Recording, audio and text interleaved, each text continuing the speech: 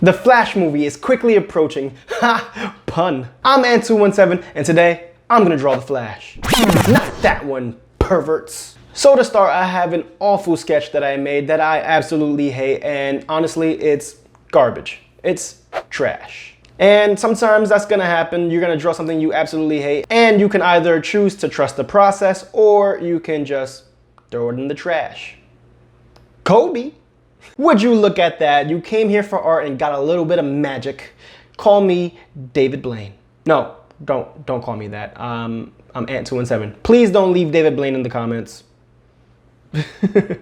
I start over with a new sketch that I actually enjoy. And to be honest, I was a little worried because when I have an artwork that I absolutely hate, it kind of traumatizes me.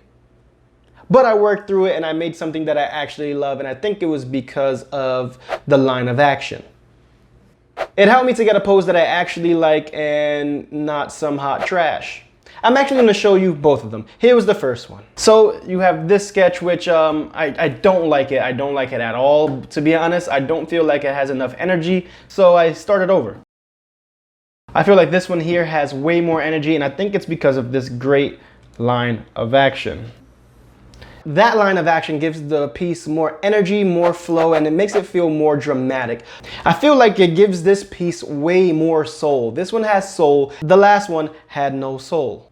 It was like if Shang Tsung came to my studio and was like, "Your soul is mine," to my artwork. So that's why I started over, and sometimes you just have to go back to the drawing board. Ha! Another pun. I know a lot of artists say don't throw away your old work, and that's up to you. If you want to save it and put it into another folder and try to fiddle with it another time, then you can do that. But for me, I just deleted it. I didn't like it, so it's just gone. Forever. In the void. Alone. With no one to love it. No one to hug it. I continue working on this sketch now that I have a place that I actually like it. I can start focusing on things that I need to make sure it work. Now I did something a little different than my usual here. Sometimes I like to draw the face first, because if I hate the face, then why bother drawing the rest of it, you know? I have to work on that face until I like it, and then I draw the rest. But this time I did the pose first because of that first drawing traumatized me, like I said. So I wanted to make sure I can draw the body, draw the pose, draw the anatomy correct. And then I went to the face. Drawing the face was a lot of fun for me because superheroes. When I was a kid and I started my art journey, a lot of the times I would draw superheroes. I would constantly draw superheroes. So now that I'm older and I'm further in my art journey, I try to kind of avoid superheroes a little bit just because I focus on them so much back when I was a kid.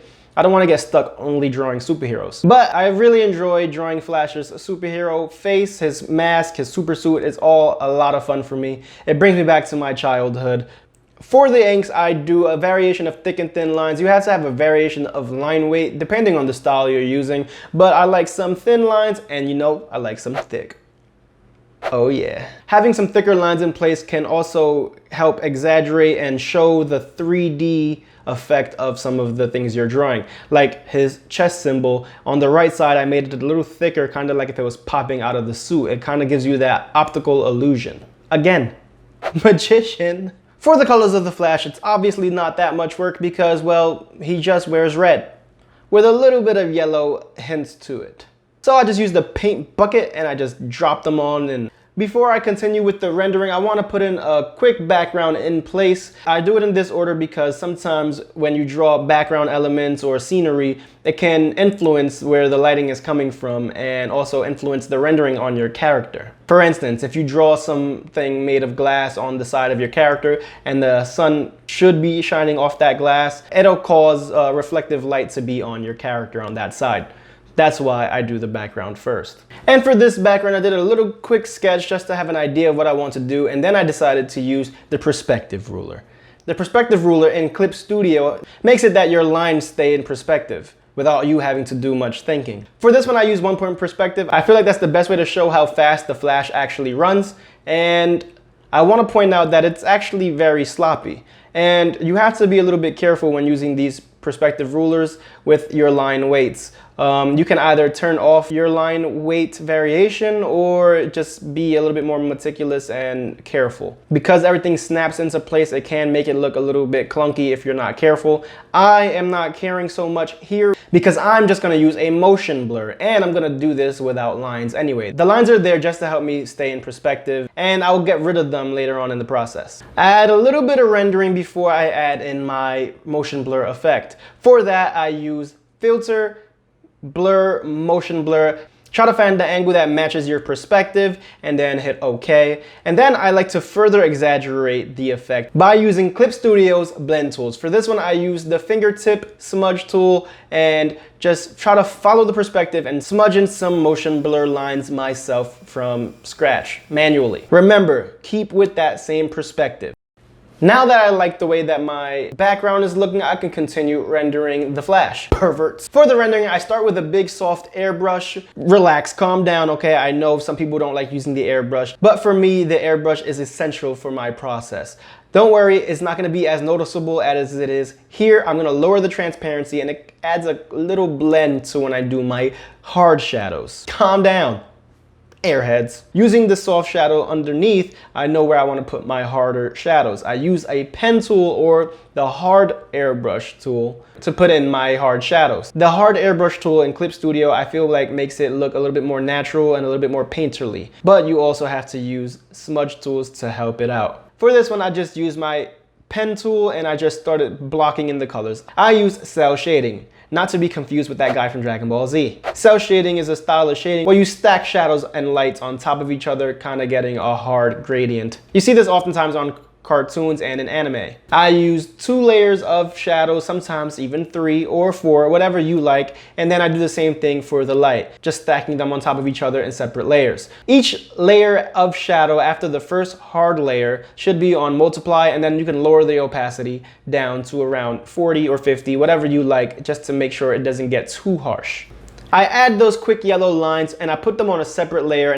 Double click on the layer to get the layer effects panel and then add a bevel emboss to it. This makes the lines on top of him look a little bit more 3D. It doesn't look like it's just drawn on top of him with magic marker. It kind of looks like it's on top of the costume coming out at you. That's why I waited to come into Photoshop to finish the effect on those yellow lines.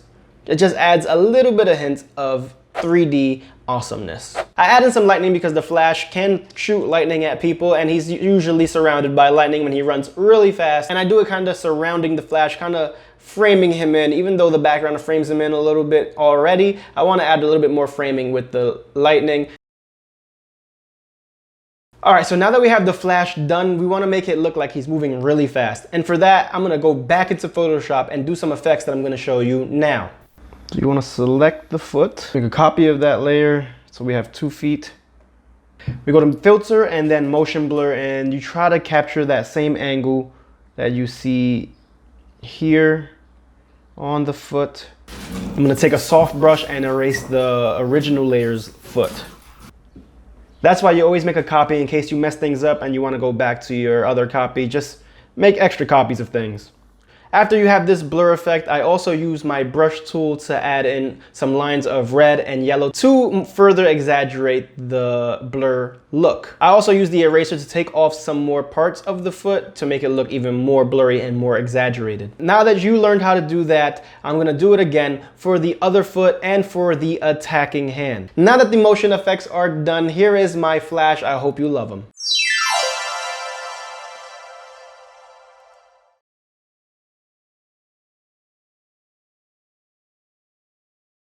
If you liked that video, hit the bell, hit subscribe, watch another one of my videos, and I'll be back in a flash. Ha! Pun. Remember, I'm awesome.